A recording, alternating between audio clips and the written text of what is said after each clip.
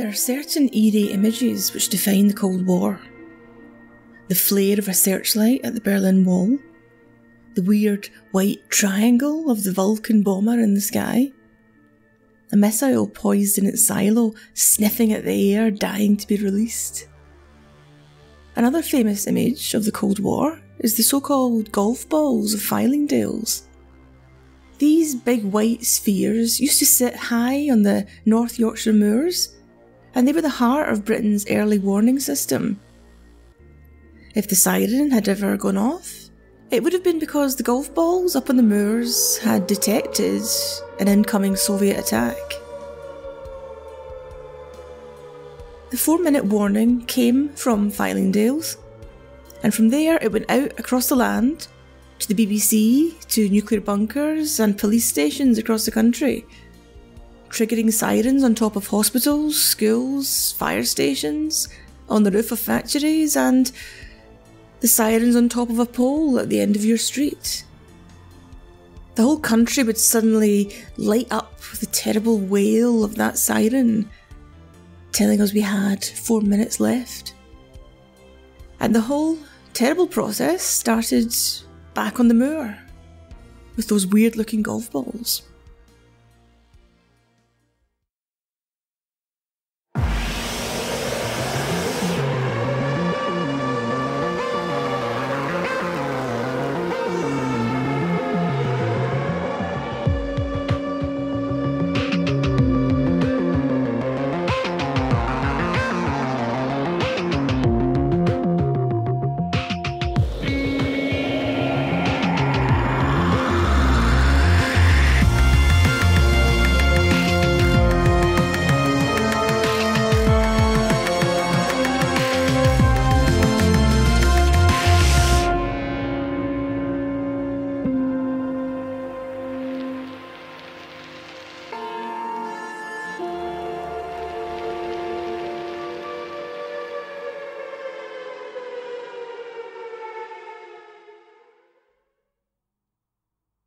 Now, what do we mean by golf balls?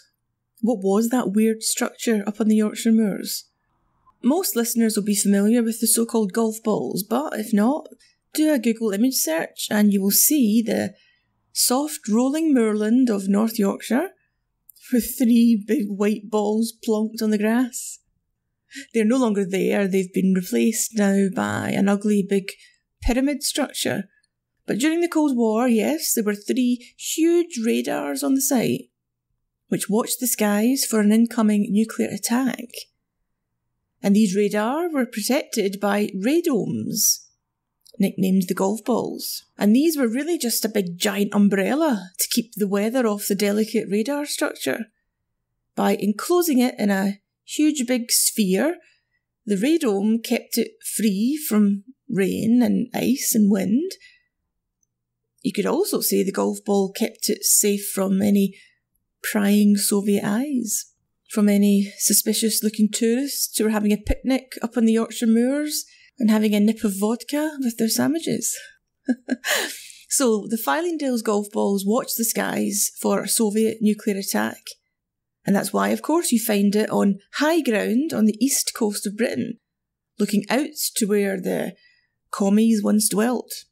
Along with similar sites in Greenland and Alaska, it formed part of the Ballistic Missile Early Warning System, or BMEWS for short. Here's how the warning would get from the Fylingdales golf balls to your street. The golf balls would detect an incoming missile, or they'd detect waves and waves of missiles. The Soviets wouldn't have launched an attack with just 1 or 2 little guys. If you're going to launch a first strike at NATO, you'd better be sure to do it hard and to do it properly. So Fylingdales would, hopefully, pick up the incoming attack. They would see the missiles coming up and over the horizon. See my recent episode, The Russian Woodpecker, if you want to have a quick look at how the Soviets worked with their radar. So the golf balls spot the incoming attack and they would send this warning to RAF Strike Command. And if they say, yep, it's genuine and we're retaliating, having received the proper authority, of course, from the Prime Minister, they then cascade that warning down throughout their warning network, which means a signal goes to the BBC transmitters and also to the desk of the BBC Technical Operations Manager, who has a red telephone on his desk, which never rings, never, ever, ever, except now, when the 4-minute warning is being delivered.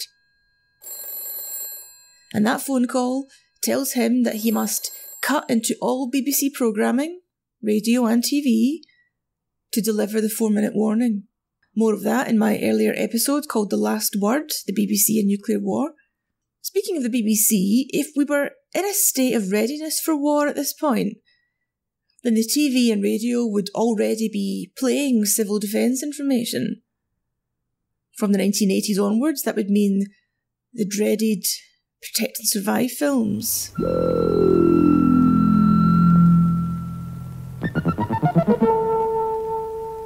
So the Technical Operations Manager would break into whatever was playing, whether it was Protect and Survive or just a normal boring day with, songs of praise or EastEnders or Going for Gold. But of course, not everyone is sitting nicely in front of the TV or radio to receive the warning, and that's why we had sirens out in the streets and on the roofs of buildings to alert everyone everywhere. And so the warning wouldn't just be sent to the BBC, it would also be sent to 250 major police stations across Britain who had a strange device in the basement called a carrier control point.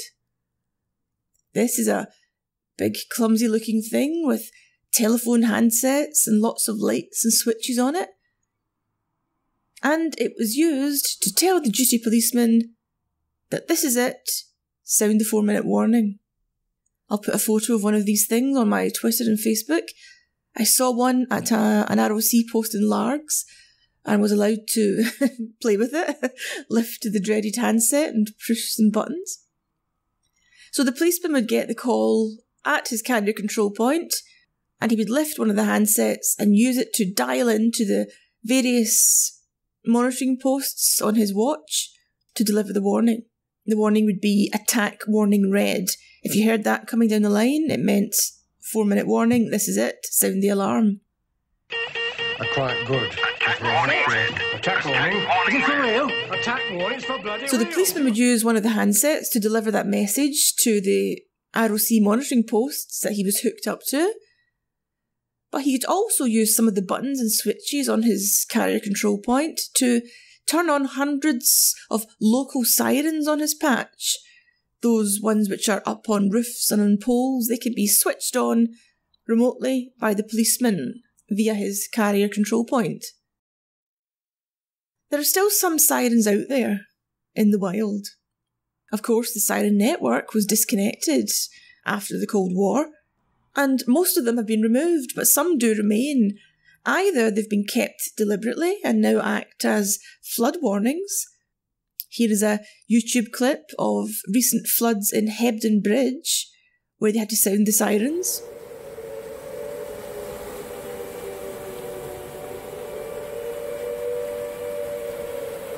So a few of them have been retained as flood warnings, but a lot of them just seem to have been forgotten and just left where they are. There's one, for example, on a railway bridge outside Waterloo. I took a photo of it, like a real nerd. So I'll put that on my social media if you want to see it. And it just sits there high up on the bridge, forgotten, I suppose. He's obviously not acting as a flood warning in Waterloo in central London. So I assume he's just forgotten, as many of them are, just scattered randomly across Britain. And there's something very eerie about these left-behind sirens, as though they're the ghosts of Christmas yet to come. Before we go on to look more at Fylingdales, let's have one quick word about the infamous 4-minute warning. Duncan Campbell, in his book War Plan UK, says it is not a 4-minute warning. That's how it's labelled in the popular imagination, in the discourse about nuclear warning. But he says if we're going to be precise about it, it is not, or it would not have been a 4-minute warning. And he quotes the Home Office's training manual for scientific advisors, saying, "No particular warning time can be guaranteed, but it is expected that the warning will be given not less than 3 minutes before an attack." So in that Home Office publication, there is no mention of a 4-minute warning, simply that it's expected that the warning will be given not less than 3 minutes before an attack. Campbell also says, and we've talked about this many times in the podcast, that it's wildly unlikely that the 4-minute warning is the only warning you will receive. A bolt from the blue attack was, of course, a possibility, but it was unlikely. A far more plausible scenario is that we would slip into nuclear war following a period of international tension, or perhaps even a conventional war which eventually went nuclear. It is unlikely that you'd just hear the siren blaring from nowhere. A completely surprise attack. And that, of course, is the only thing which makes government civil defence plans, which we discuss, of course, in this podcast, it's the only thing which makes them remotely plausible, remotely useful. The idea that you would have weeks and weeks, maybe even months of warning. Months of warning to put all your plans into place. Otherwise, if all you ever had was a 4-minute warning, then of course you can't plan for anything. So there would probably have been a period of tension, or indeed a period of conventional warfare before the 4-minute warning, before the flash. The scenario we see in Threads, the nuclear war film, the greatest nuclear war film, is far more plausible. We see tension building over the weeks and months. We see people reacting to news reports, stockpiling food, trying to leave the cities, making feeble attempts to construct an inner refuge, and then the nuclear strike. It doesn't just come out of nowhere. So yes, likely that you'd have days, weeks, even months of warning. But we could go to the opposite extreme and have literally zero warning. Not even that paltry 4 minutes. A submarine-launched missile, if he had managed to sneak in and fire from the west coast, wouldn't be seen by the golf balls, of course, and it would be delivered in seconds, perhaps. So with a submarine-launched missile from the west coast, there'd be probably no warning at all, and the first thing you knew, and maybe the last, would be that tremendous white flash. And that brings me to Audrey.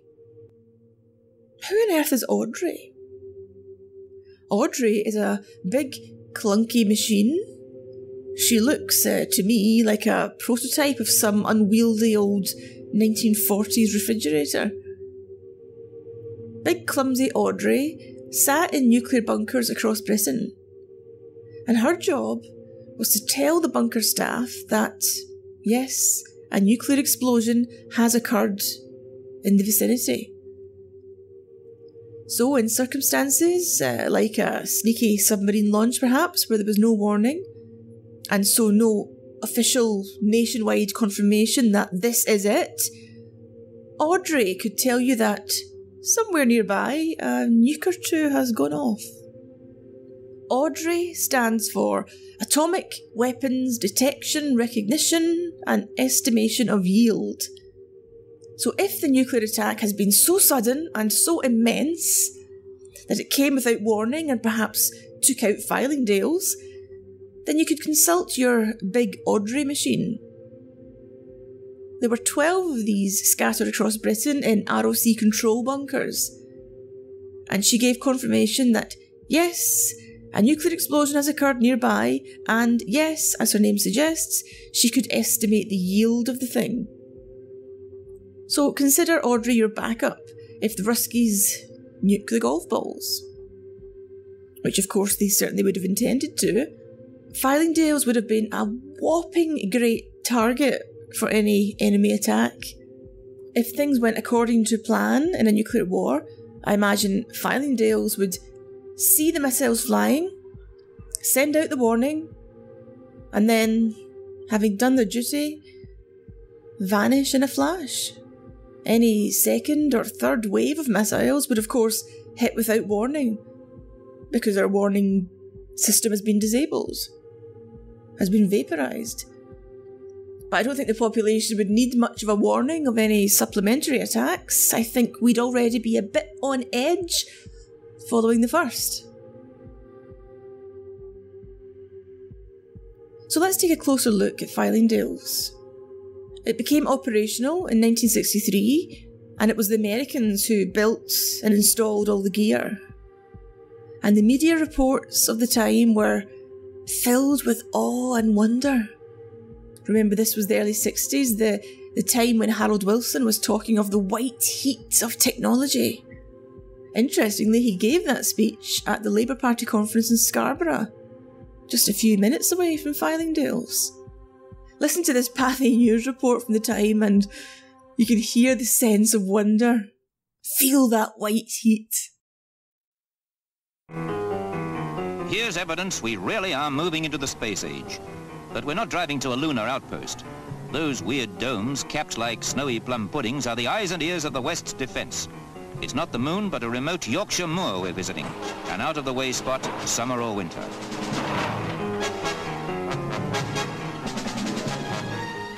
We've come to RAF Fylingdales, where even the CO, Group Captain Wright, has to go through an identity check before he can start his day's work.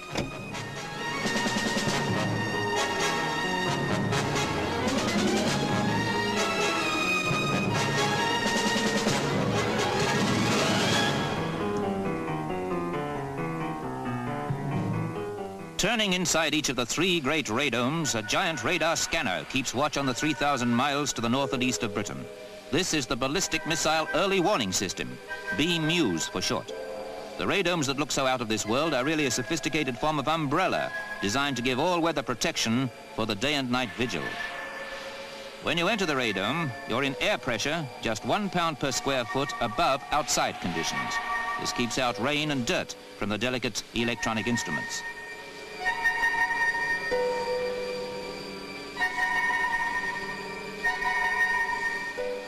This is where that famous minimum 4-minute warning could come from.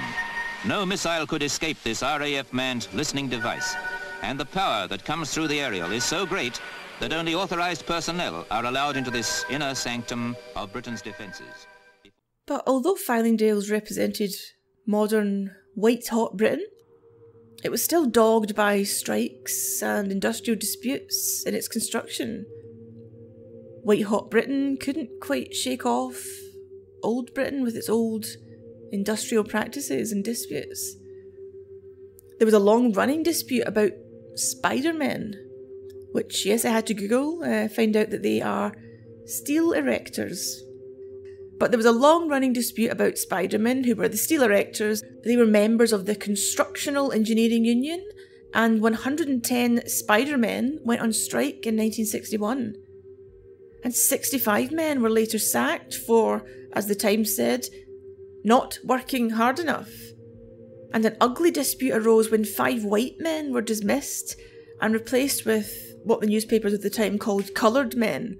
Fylingdales said that these coloured men were local and were willing to live on the site, which made getting to work in the frozen, wintry Yorkshire moors a lot easier. But the men who were sacked to make room for these local men were white, and so the dispute took on accusations of racism. But if lots of industrial scraps and strikes and disputes were occurring on the ground, the media were just enraptured by the futuristic golf balls high on the moor. Consider this report from the Daily Herald in 1963, where the reporter was allowed inside to see how Fylingdales worked. I'll quote to you from the newspaper archive. The headline is, "Golf balls on the watch. 4 vital minutes. That is the minimum warning time Britain now gets if Russia launches a rocket attack.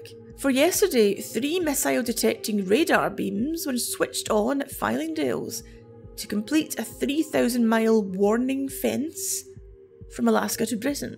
In the secret operations room of the £43 million base on the moors, I watched coded letters and numbers spin endlessly in an illuminated glass wall panel called the fruit machine.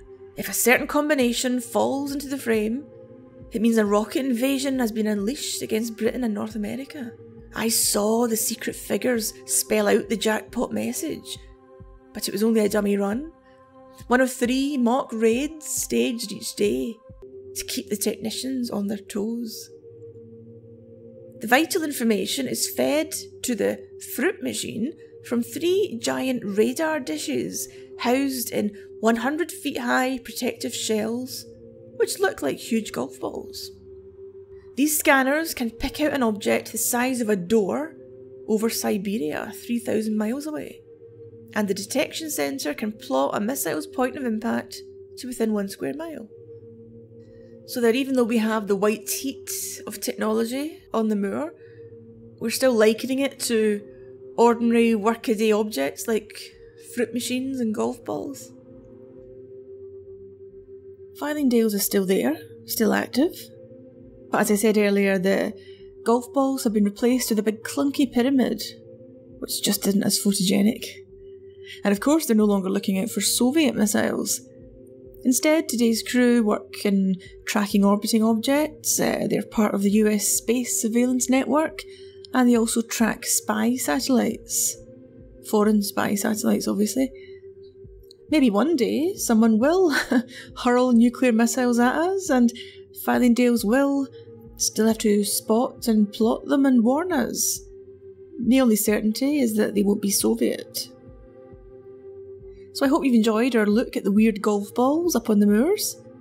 Let me say hello and welcome to all new subscribers who found me after reading the review of the podcast in the week. I saw a huge jump in my downloads on Saturday. I didn't know what had prompted that, but one of my patrons, Chico Chives, sent me a message to tell me that Atomic Hobo had been reviewed in the week. So hello to all new listeners and thank you for joining me. Remember, there's a huge back catalogue for you to dip into. I've been doing this podcast for over 2 years now, so there's lots of juicy nuclear horror there for you. My name is Julie McDowell, and I'm also writing a book on how we prepared for nuclear war. So you can keep up with the podcast and all my nuclear research by following me on Twitter. I'm at Julie A. McDowell, or on Facebook under Nuclear Britain, or on my website juliemcdowell.com. And remember, you can support me with a donation each month. Please look at patreon.com/Atomic Hobo, and you can donate as much or as little as you like. I gained some new patrons this week, so let me give a shout out to Laura Pritchard. And let me also say thank you to existing patrons Brian Garland, David Glaves, Andy Peck and Peter Wilson. So thank you everyone for listening, and I'll be back next Monday with another episode.